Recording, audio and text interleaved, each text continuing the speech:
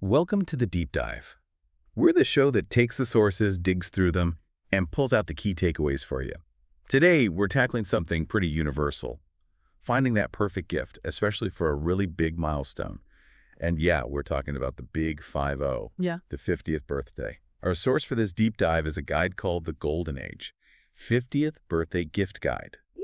So what we're going to do is break down the best bits from this guide, find those surprising facts, and basically give you a shortcut to, well, knowing your stuff when it comes to 50th birthday gifts, whether you need one now or just banking ideas for later. Exactly. And this guide, it's interesting because it doesn't just list gifts, it actually gets into the why. The psychology behind certain types of gifts, why they hit differently at this age. It looks at what makes a gift feel meaningful, not just another thing. Okay, the psychology, I like that. Okay. So let's jump in where the guide starts. Personalized gifts, that special touch. What is it about personalization that really works for a 50th? What makes it feel, truly made for them? Well, that's a key point the guide makes. It's not just about showing you thought about it. It actually taps into something deeper. The guide mentions research suggesting personalized gifts trigger parts of the brain tied to self-identity. It's like saying, I see you, specifically. It makes the person feel recognized for their unique life story, not just a generic birthday wish. Ah, so it's about validation then, Yeah. making them feel seen. That makes total sense. The guide has some great examples like an engraved bracelet with their birth year, or maybe a whiskey glass set that says vintage 1975, stuff like that. Yeah, those are good tangible ones. But it also covers more creative ideas, like a custom portrait illustration, maybe from a favorite photo. But the one I found really unique in the guide was the personalized star map. It shows the constellations exactly as they were on their birth date. The star map. Yeah, when I saw that, I thought, wow, that's different. What is it about that specifically that makes it so memorable for a 50th? It just feels big. It connects their personal moment, their birth, to something, well, cosmic, universal.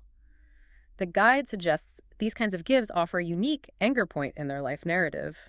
It's symbolic. Right. A cosmic connection. I like that. And of course, for the foodies, the guide also mentions a custom cutting board, maybe with the family name. Always a safe bet there, too. Definitely practical, but still personal. Okay, so after nailing the personal touch, the guide shifts a bit and talks about gifts that upgrade their sort of daily life or their home, enhancing comfort and routine. Yes, this section focuses on gifts that blend usefulness with a bit of luxury, or an experience that keeps giving. The idea is that at 50, people often appreciate things that make their everyday lives a bit nicer, a bit more joyful, beyond just pure function. Yeah, that blend sounds good.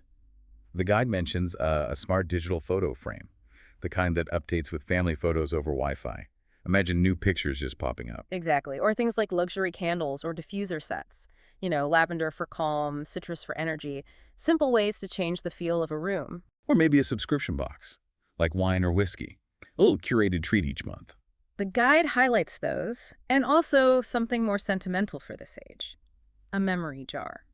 Or a keepsake box. The idea is that friends and family fill it with notes. Oh, that's lovely. And for a bit of history, there's the 50 Years of Headlines book. Yeah. News headlines from their birth year right up to now. That's quite a unique perspective. Okay. Lots of good stuff there. But let's switch gears for a second. What about humor?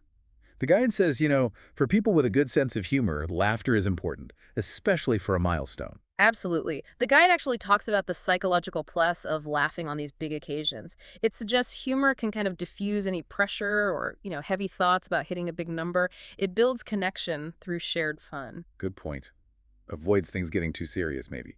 So the guide lists some classics, right? Like the 50 and Fabulous mug or t-shirt. Always popular. Or even for a party laugh, an inflatable Walker gag gift. Yeah, or the over-the-hill survival kit, with the little pill boxes, maybe a magnifying glass. All in good fun, of course. And if you want something really personalized and funny, a custom bobblehead with their face, those usually get a big reaction. Definitely. Or even just a really funny birthday card, maybe one that sings or dances. The guide's point is simple. Don't underestimate a good laugh. It makes memories. Right. So moving on to gifts from people who are really close, like family, partners, best friends. Here, the guy says the goal is often about deeper emotion, creating lasting memories, strengthening those bonds. Yeah, these gifts are powerful. They're about celebrating shared history, shared lives. The guide emphasizes that at 50, people often have this heightened appreciation for relationships and legacy, so gifts that honor, that really land well. I can definitely see that. And the guide has some really touching ideas here, like a 50 Reasons We Love You scrapbook. Hmm. Could be handmade, could be digital. Very personal. Very. Or a family tree frame showing all the generations, maybe with updated photos. That feels really grounding. Or what about this one?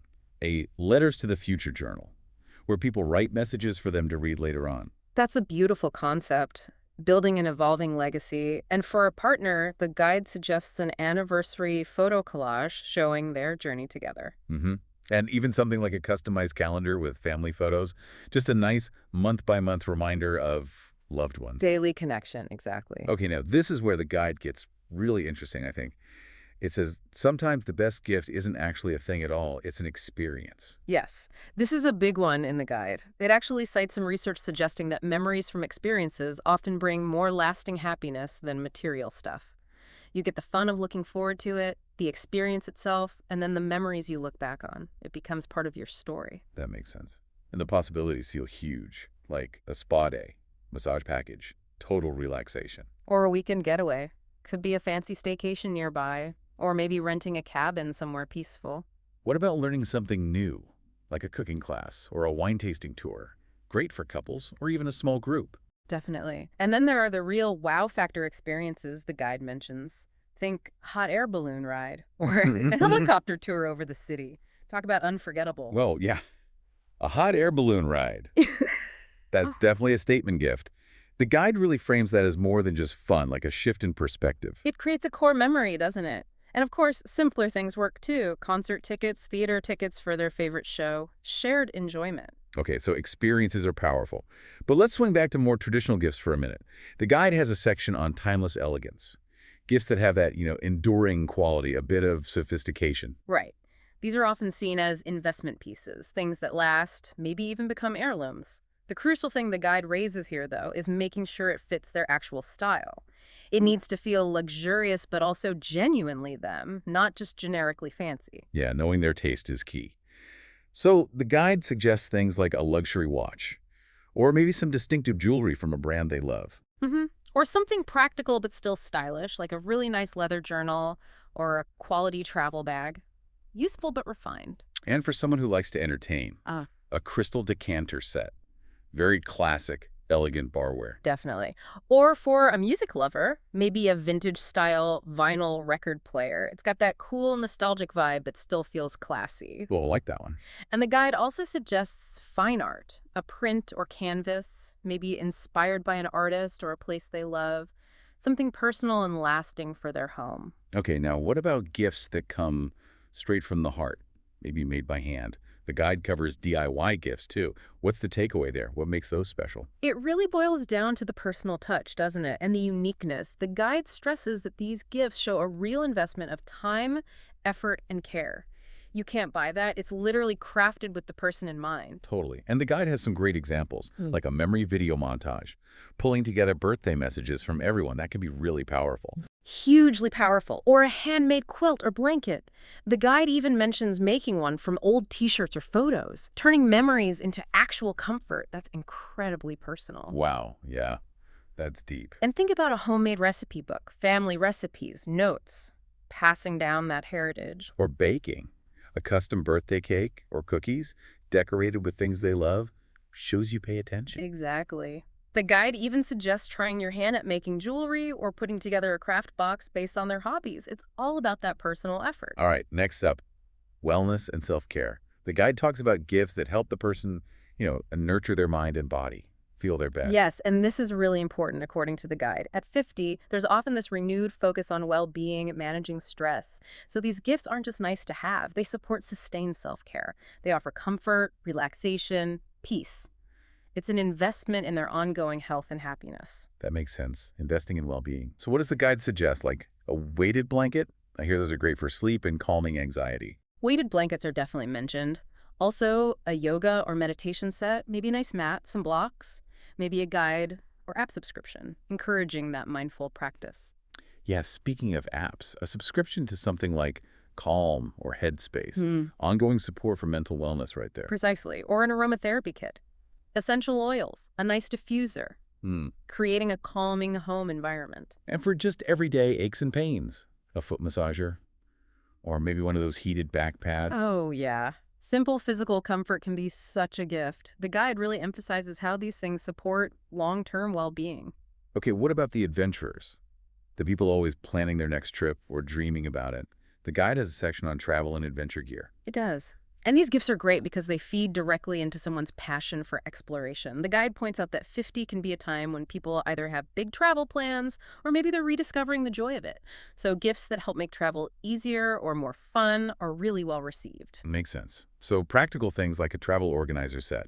Keep the suitcase tidy and, stylish. Exactly. Or that classic scratch-off world map so they can track where they've been. I love those maps. They're simple, but there's something really satisfying about scratching off a new country. It's like a visual story of their adventures. It really is. And the guide also mentions a travel journal, maybe one with pages for bucket lists, for planning future trips and recording memories. Nice. And practical gear, too, right?